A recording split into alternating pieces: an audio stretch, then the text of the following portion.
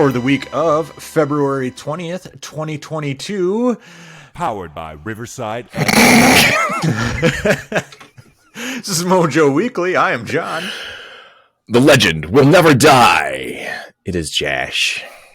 That was hilarious. That was a little inside joke. We've been struggling with our goddamn software for the past half hour. So once again, we are Powered by Riverside FM. All right. That's fucking amazing. Oh, shit. Josh, here's your news. I'll try not to dwell on how angry I am at Riverside FM. But all right. Big news this week, and it's not good news, is Nintendo will close the online stores for its Wii U console and Nintendo 3DS handheld in late March 2023. So we got a year. But, Josh, also should be mentioned that as of May 23rd of this year, you will not be able to add any funds to your account for the 3DS or the Wii U. So, well, that's disappointing and sad. Buy shit, you got if you want to buy anything, you at least got to get some money in your account before May 23rd. Now, for me personally, Josh, I'm not as concerned about the Wii U. Like, I think I've got everything I want off the Wii U. And pretty much everything has been ported to the Switch anyway. Pretty much. I can't think of anything. There have not been many like Wii U eShop exclusives that I'm like, ooh, got to get out and get those. Well, if that cannot be, go ahead. Oh, sorry. Okay, go ahead. Oh, you were about to say the same cannot be said for the DS, I bet, right? But like 3DS, yeah. But was Wii eShop stuff or the Wii Shop stuff, was that available on the Wii U as well?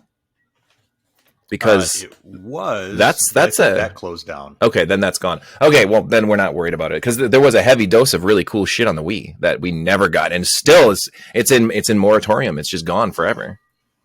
Seemingly.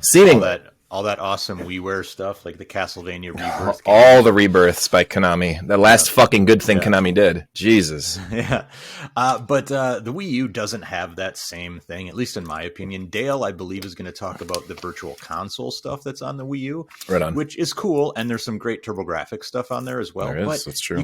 You can also get a lot of that stuff in other places. So the 3DS is where I'm most concerned, and I've already gone in and I've downloaded a couple games in the past couple days, and also realized that my 3DS XL, the battery is bunk on it and lasts about 10 minutes, so I had to order a new battery. Damn, dude, that sucks. Nintendo.com. Yeah, but anyway, so I've got a whole pile of games now on my wish list for the 3DS eShop that I'm going to have to buy if I want them before May 23rd. Damn. Ham, girl. Yeah. Damn. So it's a bummer. I get why companies do this to a degree. But yeah, it makes it hard to archive games. It makes it hard to keep games alive, Right. There are some awesome games that I think we haven't talked about this outside of the show, but I think maybe on our next episode we might want to talk about some eShop exclusives. This is a time might be interesting. Exactly. I think this is something that we're dealing with almost for the first time ever. I mean, obviously, games that are available on Steam. Steam's been around for more than 10 years and stuff. People are fine with that. Games go up and disappear off their, the store constantly, and they have a way of getting to them later on because it's PC stuff and anybody can get anything on the PC. Yeah. But like what we're dealing with now is like the Wii and the PS3 and the 360, like a very large portion of the library is online only, digital only downloads. And so when games go away, if they slip through the cracks and no one thinks about them, they're gone forever. And especially if those companies are gone and then they get licensing issues and it's like, well, man, we could spend $1 million to reboot this, but is it worth it? Like no one remembers it. So there's going to be tons of that shit. And every single time a console generation does this, like what has happening with the Wii U and the DS and the 3DS or whatever now, we're going to deal with a lot of that. And it's kind of sucky. But I mean, it's expected. Yep. It's expected. I mean, they're moving on. They're on to Cincinnati now. Come on. Yeah, and we talked about the Wii already and the Rebirth games. There is also like the Alien Crush update. Yeah.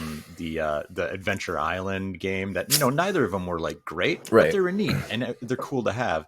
Muscle March was another one for the Wii that I loved. It's a fucking goofy game, but that stuff's gone, just lost, Yep. which is a real drag. But anyway, It's a bummer. So It happens. get your Wii U and 3DS eShop exclusives while you can. So I should clarify, on May 23rd, you cannot add funds via a credit card. On August 29th, you will no longer be able to add funds via an eShop card. So there are ways around it until August. You can get yourself some eShop cards. I know Nintendo Life has a really good article that I linked in our Discord where they give you a ton of it's like 30 recommendations, right on. you should get, but they also provide a bunch of Nintendo Life coupon codes where you get 10% off an eShop card. So I'm thinking of maybe doing that and, getting a couple bucks off so I can load up my 3DS. That's interesting. I wonder if right now is the time to get a 3DS and kind of do like what we used to do back in the day, is like when the end of the 16-bit era, it's like, let's jump in and grab as much TurboGrafx stuff as we can. Oh, what's that? The Saturn's dying? The Dreamcast is dying? Hey, I'm going to go get all these cheap-ass $10 games out of the bargain bin at GameStop or Software Etc. or even Funko Land. Yeah, and we'll talk. I won't go into this too much, but a lot of those 3DS eShop games are like under $10. Hell yeah, really good stuff for at least under $15. Very cool. So yeah, I might have to we'll check talk it out. about that on another episode. Right on. So love it. Next up, we've got a couple film and TV bits for us related to gaming. Netflix has announced to make plans. Yeah, we do. When it's gaming related, Netflix has announced plans to make a Bioshock movie.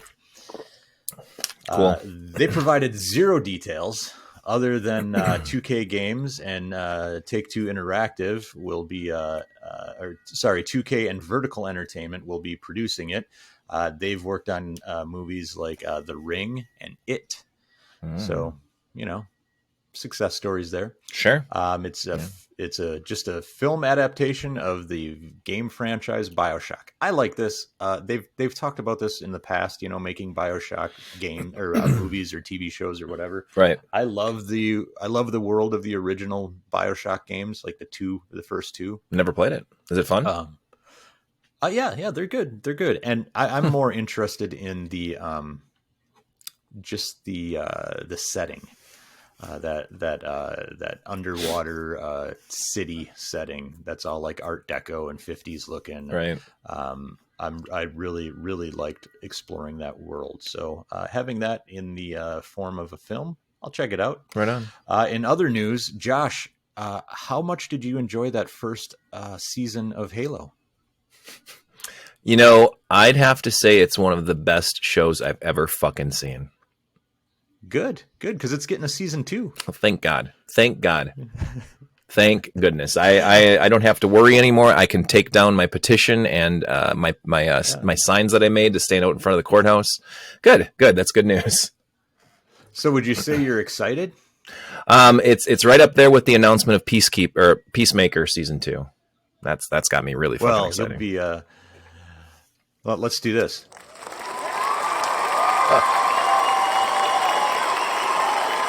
They love it too. Powered by Riverside FM. God damn, this is amazing. So anyway, I'll stop fucking around. Halo, the Halo series does not air for another month, and they've already renewed it for season 2. That says to me that they've got a lot of fucking money pumped into this thing, and they're like, we need to get another season out of this at least. And also that they're banking on it being a big hit. Which what's that going to be on Netflix? Is that what it is? Or Paramount Plus. Oh yeah, that's right, Paramount Plus. Yeah, I have access to Paramount Plus. It's actually pretty cool. I like it. I wasn't too sure about. It started out. I was going to say it started out dog shit. It took them 6 months to make it usable. Yeah, it's okay now. Yeah, I actually I'm sorry to segue into like streaming services, but I did not think anything of Peacock or Paramount Plus or any of them. But then I started to come around to them, and I see how they have actual live TV on them as well. Fuck, that's pretty sweet. Watching football and stuff. I'm down. I'm down. Mm-hmm. I'm down. I'm down. Josh is down. I'm in.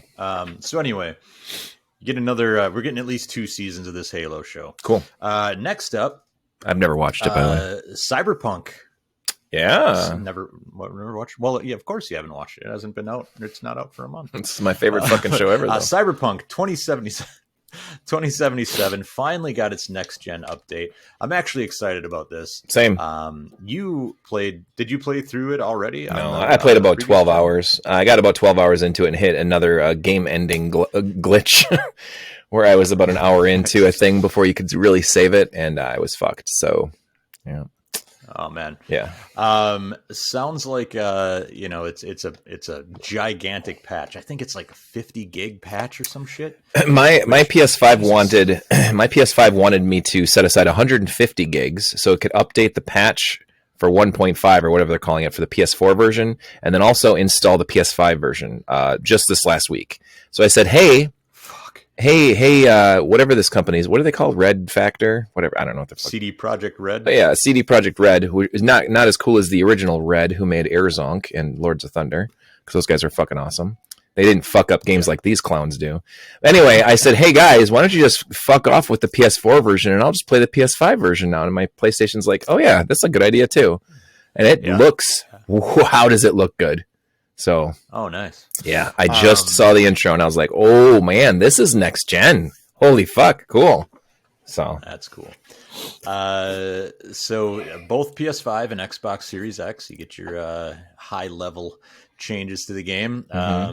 Tons of patches. I'm not going to read all the updates, but man, they fucking like updated everything on this shit. You'll also get, if you're interested in the game and haven't purchased it, there will be a free trial on the PS5 and the Xbox Series X. And it will be available to download and play until March 15th. Nice. And you can carry your save progress over to the full game if you decide to buy it. Right on. That's neat. That is super cool. I'll definitely play it. It sounds like a lot of the bugs are ironed out. I've seen articles that say, hey, this is the game they meant to release, that they should have released. They should just waited. Fuck, why didn't they just wait? You know, yeah. I know there's financial reasons and shit, but the amount of PR shit that these guys took, I mean, it was like the biggest gaming story of the year. It was when it came out. Yeah, it was like, holy fuck, how badly could they botch a game? Mm-hmm. So I'll give it a go. I think I'm gonna Horizon Forbidden West is out, so I think I'm going to play that first, and then get back to. I haven't touched like a current gen game in several months, so I feel like I should probably get back on it. Yeah, that's not a bad idea. I'm feeling like I'm in the same boat. I know that I was thinking about jumping in just the other day. I was like, I'll play it that tonight, maybe even stream it or something. But then I realized that I'd want to kind of like really invest some time into it and be able to play it for a few nights. And so I don't think I'm going to be able to jump into it, especially with Destiny. The Witch Queen coming out. The Witch Queen coming out next Tuesday. The Witch Queen. And my entire squad has got it, so we're going to be playing that on Tuesday night on my stream. It's going to be fucking amazing. I hope. Fucking amazing. Fucking amazing. All right, and then Josh, the biggest news of the week. This is the one that lit up all the message boards and got all the headlines on all the big sites. Are you talking about Are you talking about Cody Rhodes leaving AEW and going to WWE? Is that what you're talking about? No. Oh, that's what I. No, sorry. No. Sorry. Whoa. That's our wrestling podcast. Whoa. Oh, that's the Mojo Wrestling podcast. Damn it! Yeah, you're right. Mojo Wrestling. Yeah, MoJoWrestling.com. Don't forget to check that out. Sorry. Hold on, sorry. That was a joke. Oh, John, you card. Rectum, damn near herpes. All right, no. The news is that Motoroader MC is coming to every single console on February 25th for $7. That's fucking amazing. So this game first, for those who don't know, game first came out on the PC Engine CD-ROM back in December of '92. This came out of nowhere. Like, yeah, what are they doing? Why dump Motoroader on the PS5? Like, why? Yeah.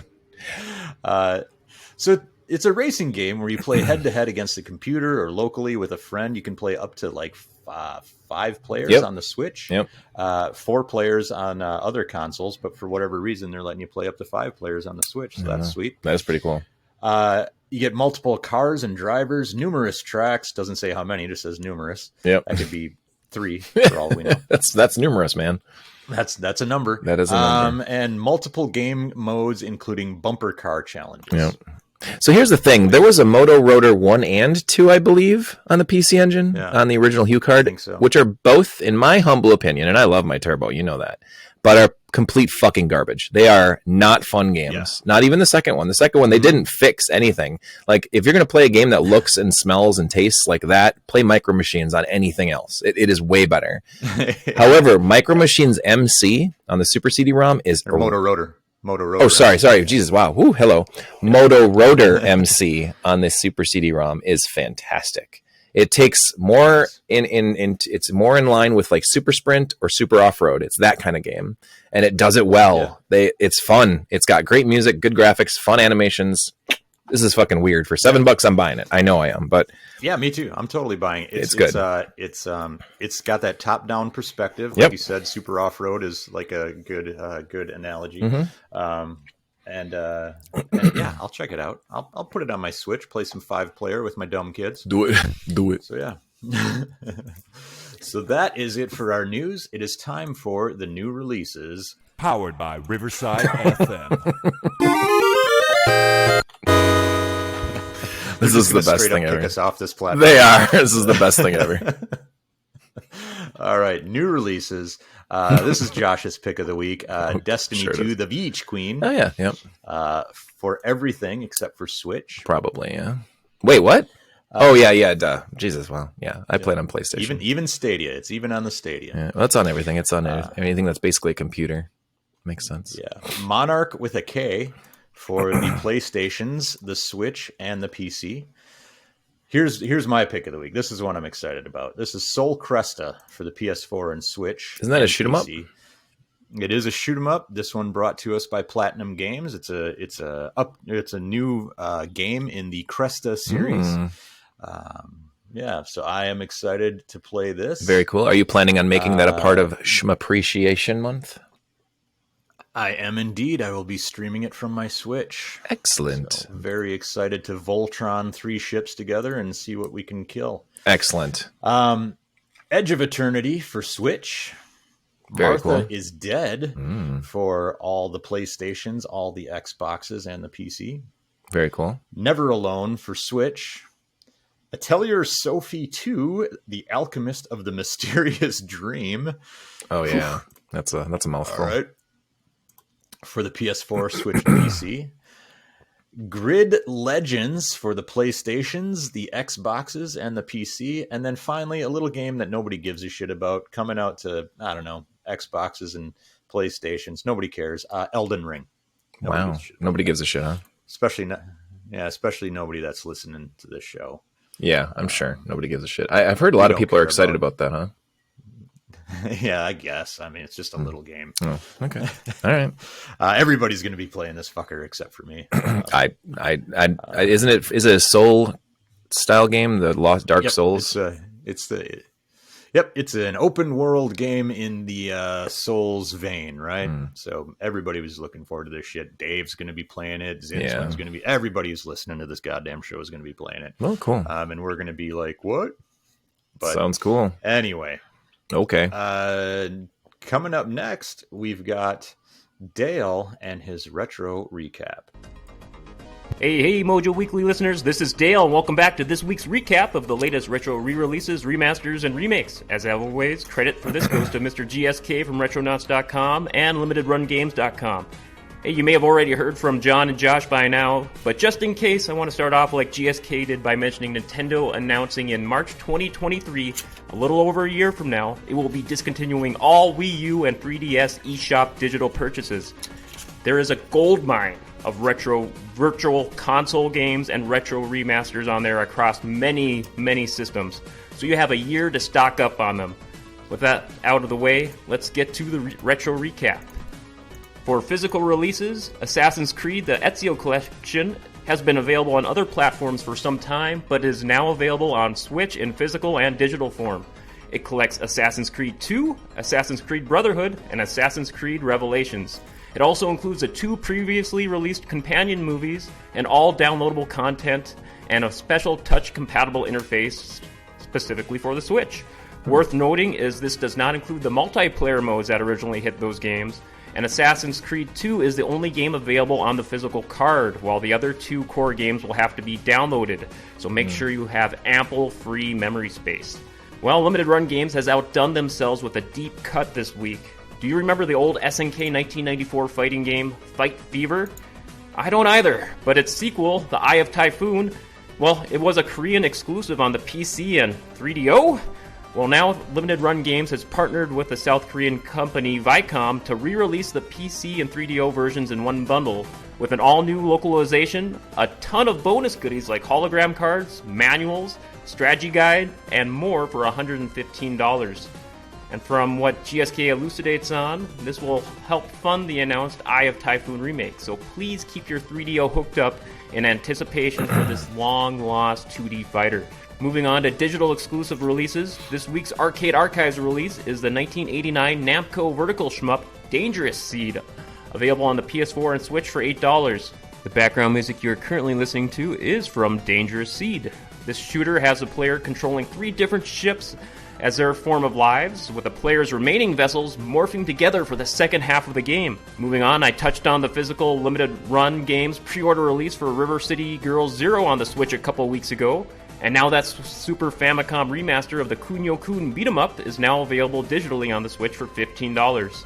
Next up, courtesy of Pico Interactive, they are re-releasing the 1999 PS1 Crave RPG Shadow Menace. While it only received middling scores upon its original release, from my research it is regarded for having a quirky charm that is a breezier playthrough compared to other RPGs of its era. Pico Interactive also released a free update to its Steam version of the action platformer shmup hybrid, Jim Power, The Lost Dimension in 3D. It previously only contained the SNES and DOS releases, but this update adds a prototype Mega Drive version and an all-new 8-bit NES version as well. It currently goes for $20, but the update is free to all who already purchased it. And that wraps it up for this week's retro releases. You can always check the MoJoMenace.com forums for show notes on all these releases. And with that, I'll throw it back to you, John and Jay.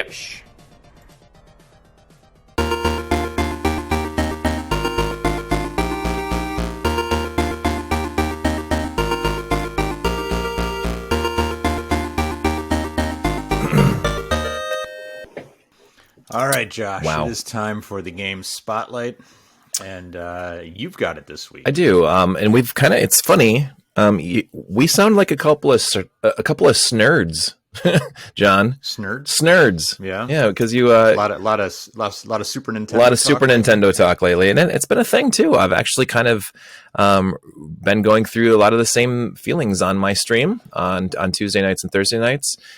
Joshua Turbo on Twitch. Anyway, playing a lot of Super Nintendo stuff. Earlier, at the end of last year, I played through ActRaiser and I played through Final Fantasy Mystic Quest, and I'm kind of going through all those like early 16-bit era RPGs on the Super Nintendo. And one of the things that hit lately is I did a Twitter poll, and people were asking for the first game in the Quintet trilogy for the Super Nintendo. What do you know anything about the Quintet games? You play any of them for the Super? I mean, there's more than just those 3, but because they did like Robo Trek and they did, obviously ActRaiser and stuff like that too. But the game that I've been playing over the last 2 weeks, and I'm actually like really into, and I'm kind of contemplating continuing through and playing the rest. I'm starting with Soul Blazer. I'm probably about 8 or 9 hours into it right now, just over like doing 2 or 3 hour snippets here and there. And, It's an interesting time because it came out in 1992. It came out on the Super Nintendo. This is about a time when like people had just gotten through like The Legend of Zelda: A Link to the Past. And so there was a lot of people craving more and more gameplay and more action of that style. Now, I would not say Soul Blazer is as good as Link to the Past, because it's not. It is quirky. It is kind of goofy.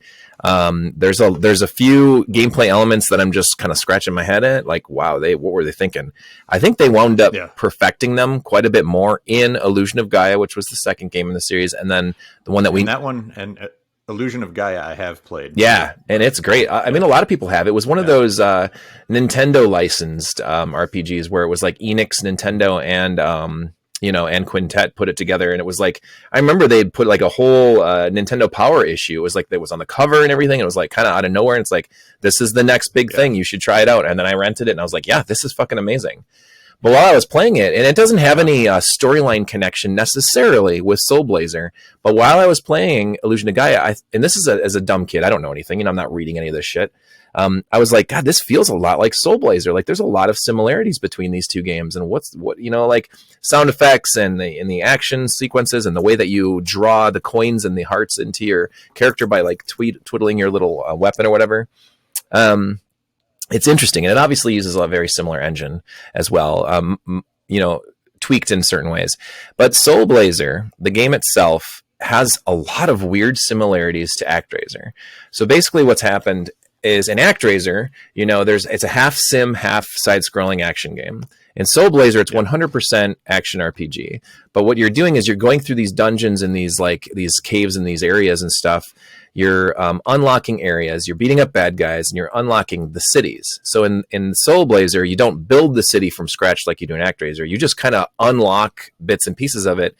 And after you do the full dungeon, then you can go back to the city and then see everybody. And they're like, oh, thank you so much for restoring my life. And thanks for finding my dog, my chickens, and my goat. Now our farmland will be perfect. And now we can feed the people and, whatever. And you just kind of go through this game going through different areas in the world. Like there's an underwater area that's like, whatever. And then there's the mountains with magma and lava and stuff. And then there's like the underground people where they're gnomes and stuff and they're kind of all hidden. And they're like, go and save us. And so initially you go into an area, there's like one person there and he's like, where did everybody go? Where are all the houses? And you're like, I got this shit. And they constantly reference like the master, just like ActRaiser. It's cool. It's a really cool game. And I'll say this, like, it's a weird game that doesn't necessarily let you stray very far off the beaten path. It's like you have to do things in order. You have to kill everything.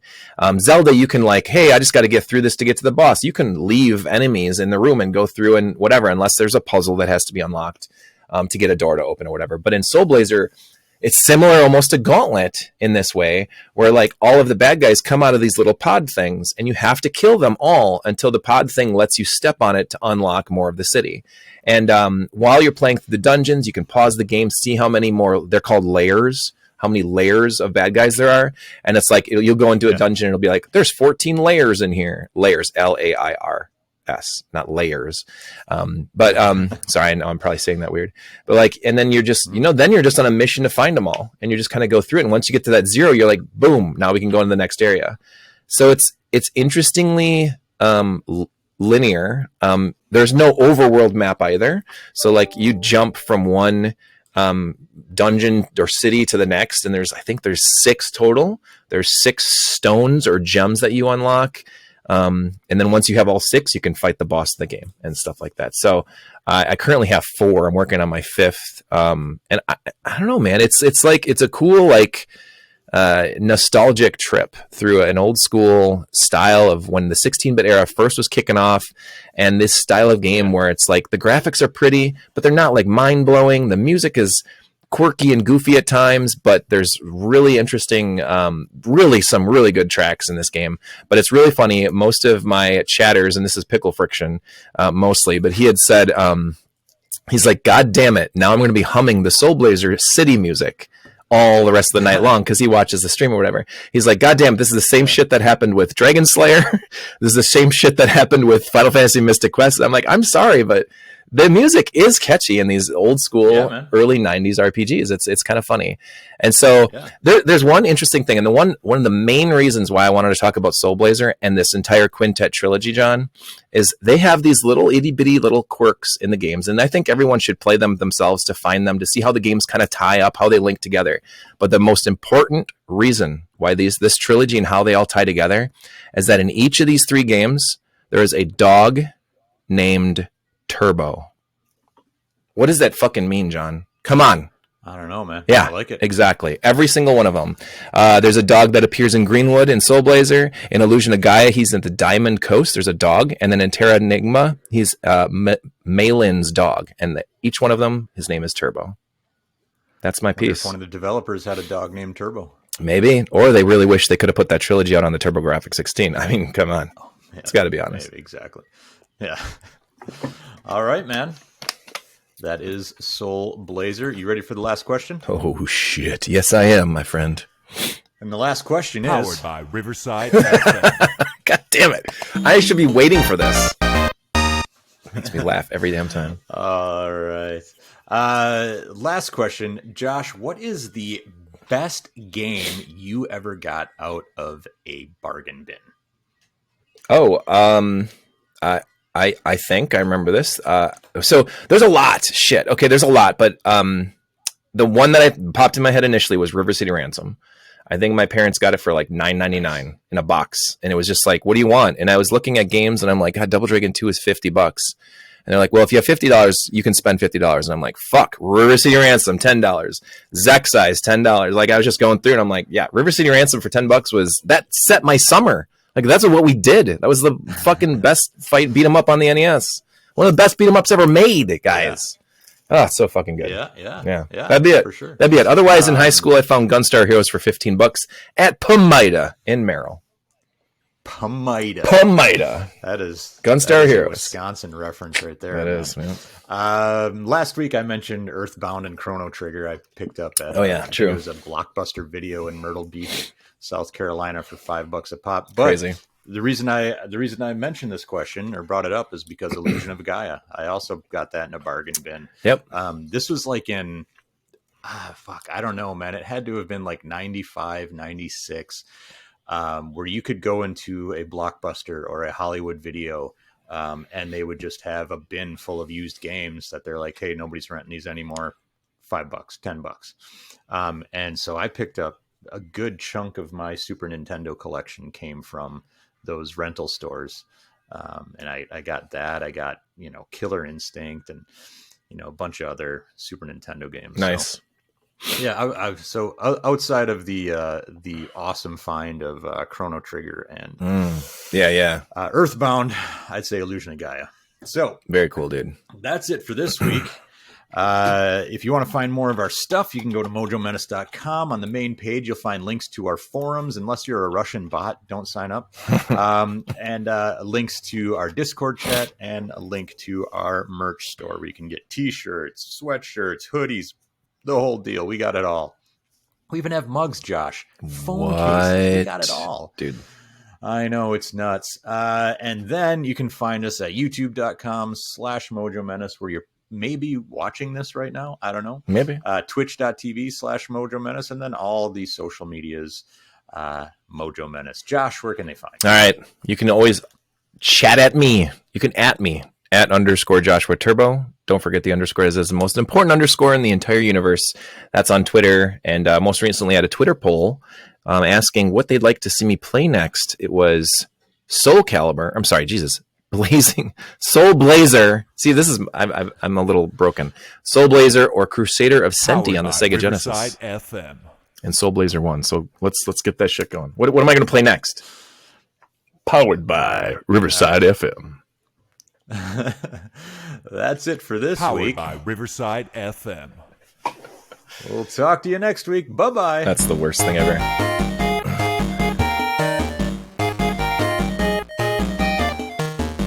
Eat the tacos, come eat the tacos.